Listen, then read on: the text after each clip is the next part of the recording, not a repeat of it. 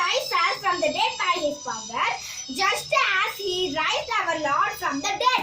Okay friends, இப்போ பாடம் பண்ணலாமா?